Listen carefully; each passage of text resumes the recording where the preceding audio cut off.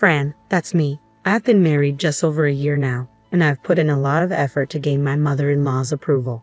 But it seems all my efforts were in vain. The reason? Well, it's quite straightforward. My mother-in-law approached me with something like this. I'm giving you back what I received. Needless to say, I was stunned, but no matter how hard I tried, my mother-in-law insisted on driving me to my parents' house, which luckily wasn't far. As we arrived, she shouted for my parents to come out. Inside the house, my father greeted her with a smile, but her expression was anything but friendly. We need to talk, she said curtly, refusing to come inside. We're here to return your useless daughter. My father's demeanor shifted, his face darkening. What do you mean, useless?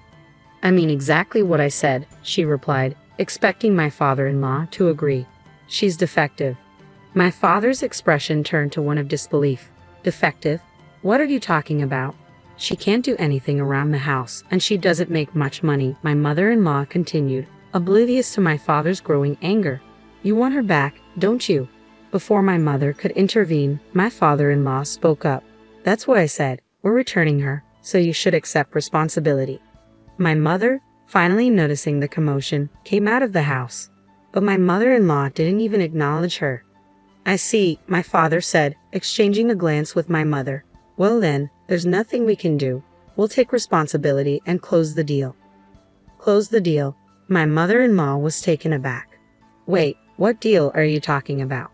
You're asking us to take responsibility, my father-in-law said, a hint of annoyance in his voice. It's a done deal. I couldn't help but laugh when I saw my father like that. I thought to myself, he was furious, but there was no stopping him when he got like this. My father was always serious about his promises, especially when it came to me. Perhaps it was because of my childhood. I was always frail as a child. Whenever I fell ill, which was often, my father would drop everything to take care of me. My mother would stay by my side, and my father would put his work on hold. Maybe that's why he adored me so much. But being physically weak wasn't all bad. My parents showered me with gifts to keep me occupied while I was bedridden. I had books, video games, and my father's old laptop, which became my favorite pastime. Despite its shortcomings, it was enough for me to draw, play games, and explore endless possibilities. I found solace in the world of computers. Spending most of my time confined to bed, the computer became my gateway to a realm I never knew existed.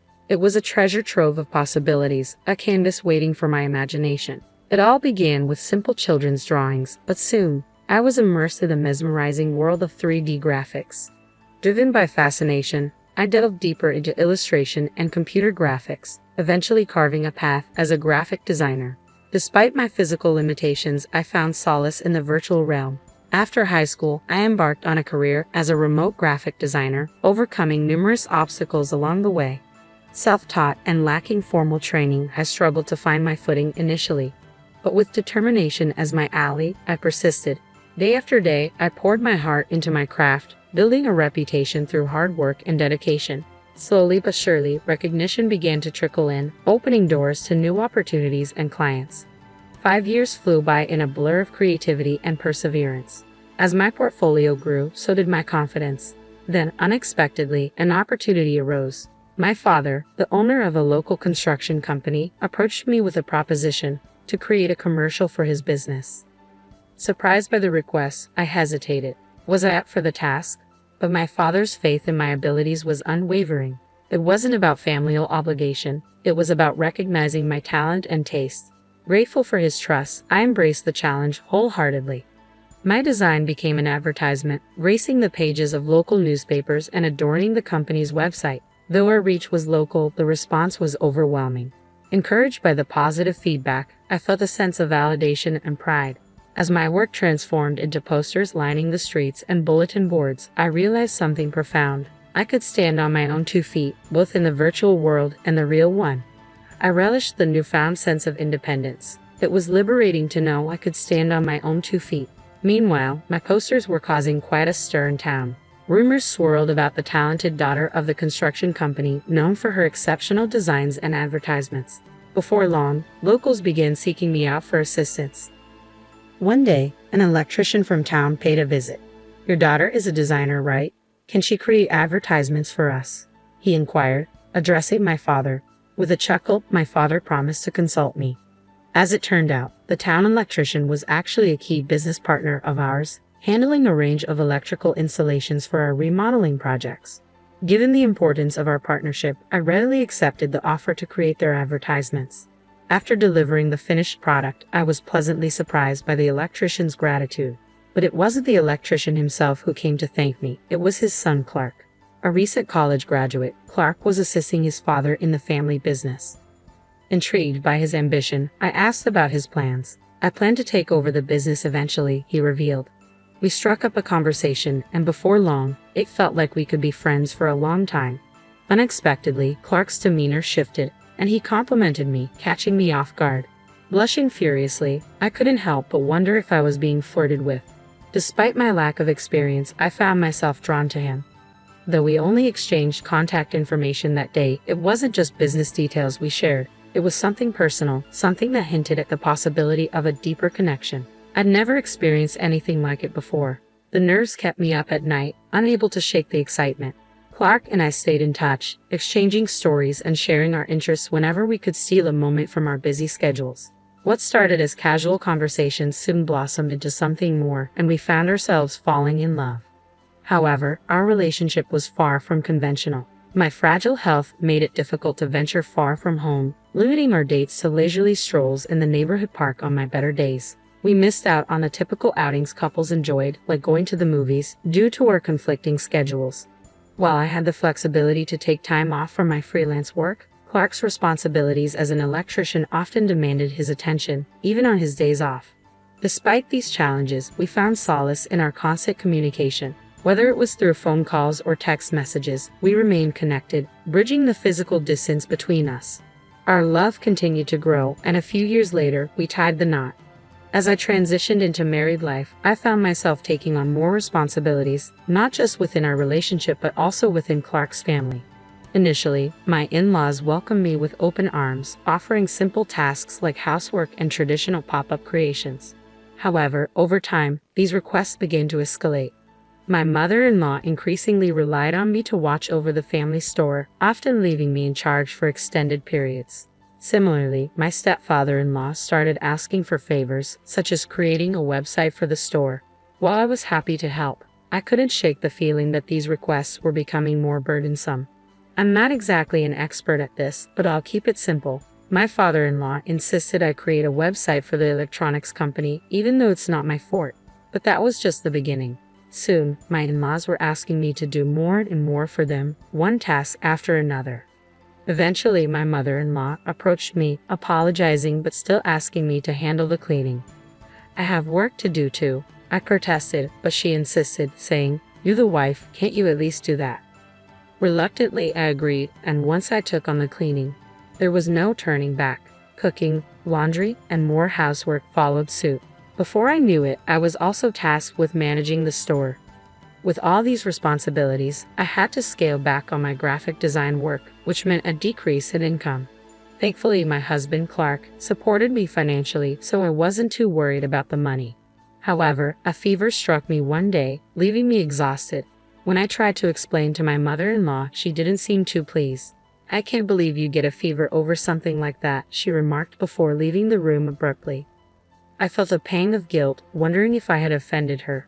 But the truth was, my body often had a mind of its own, and there wasn't much I could do about it. As I lay in bed, Clark came in, concerned. "Are you okay?" he asked gently. With a weak smile, I replied, "Yes, I'm sorry." He reassured me, saying, "Don't be too hard on yourself. I understand." But his parents? I confided in Clark about feeling trapped by my in-laws' demands, but he seemed puzzled. "Why not just say no?" he suggested. His words struck me as naive. "It's not that simple," I explained. "When it comes to my in-laws, it's complicated. Saying no could create tension and even lead to bigger issues down the road." Clark's lack of understanding left me feeling even more isolated in my own home.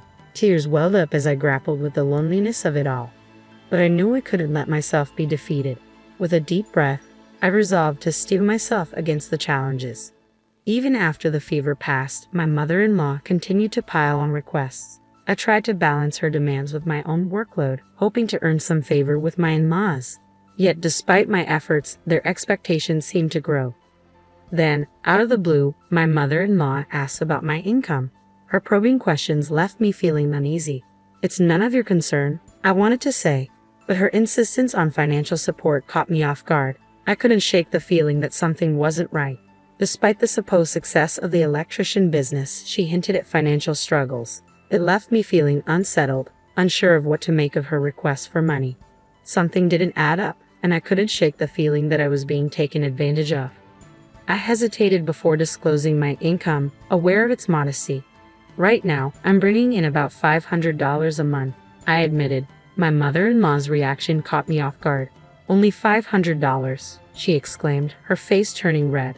Feeling defensive, I pointed out that I contributed significantly to the household chores, from cooking and cleaning to managing the store and doing laundry in her absence. But my efforts seemed to fall on deaf ears. Suddenly, my mother-in-law excused herself, returning moments later with my father-in-law in tow. To my shock, she announced, "I'm returning you." Forced to accompany her, I was taken to my parents' house, where I was informed in front of my father that I was being returned. In response, my father calmly declared his intention to close his own construction company. This unexpected turn left my father-in-law exasperated. "You're going to ruin our business," he accused. But my father remained resolute. "I have to do what's best for my daughter," he insisted. In the end, my father-in-law stormed off, leaving my mother-in-law to deliver one final blow. "You useless wife, you don't have to come back," she spat. Feeling disoriented and hurt by my father-in-law's harsh words, I turned to a friend for advice. "What should I do, Dad?" I asked, overwhelmed by the hurtful situation. "Wouldn't it be better to get a divorce?" he suggested. Despite the pain, I couldn't shake the hope that Clark would come for me. After all, his love mattered most, even if my in-laws disapproved. However, days passed without a word from Clark. Finally, a message arrived from him, bluntly stating, "Let's get divorced." I refused to believe it, bombarding him with messages, but he remained silent. Eventually, Clark's lawyer contacted me, informing me that his parents had persuaded him to end our marriage. Devastated, I reluctantly agreed to the divorce, accepting the alimony and terms offered by Clark. Thus, my brief marriage came to an end. Meanwhile, my father's construction company shuttered its doors, but my brother stepped in to carry on the business independently, severing ties with Clark's family. The fallout from my divorce spread throughout the town, tarnishing Clark's family's reputation. As rumors swirled, they faced increasing avoidance and dwindling business. However, the situation took a surprising turn when my brother's construction company faced sabotage. Repeated incidents of vandalism, including broken air conditioning units, left us baffled. Despite reporting the incidents to the police, the sabotage persisted. Desperate for help, my brother reluctantly turned to Clark's family for assistance. To our astonishment, they not only agreed to help but also suggested charging a premium for their services due to the growing demand. Outraged by their exploitation of the situation, my father condemned their actions, declaring that profiting from others' misfortune was unacceptable. I seethed with anger, though the situation had nothing to do with me. Helpless, I resigned myself to the situation, but my brother refused to back down. "I'll find the culprit," he declared, rallying support from several clients. Curious about his plan, I questioned his choice of action. He explained that he would lend them intercoms for free. Intercoms nowadays have video recording and sensor functions, he reasoned. Skeptical, I doubted it would be that simple. Yet within 3 days, the culprits were apprehended. To my shock, it was Clark's parents who were caught red-handed. They confessed to sabotaging the air conditioners in a bid to create work for themselves after losing clients. The term mutual collapse echoed in my mind. If my father quit the construction business, Clark's family would suffer too. The arrest triggered the downfall of Clark's family's electronics shop. Clark himself found work at a demolition site to pay for the damages. Though I sympathized, I chose not to involve myself further. Content with my life as a graphic designer and store manager at my brother's construction company, I relished the absence of nagging in-laws. Yet a new problem arose, my retired father's constant concern. Always asking if I was tired or okay, he hovered around me incessantly. Fed up, I joked that he should get a job too. Surprisingly, he took it to heart, returning to work at my brother's company. In that moment, I realized my father's love for me, and I couldn't help but reciprocate. With him back at work, it felt like we were finally on equal footing. And in that newfound balance, our bond grew stronger than ever.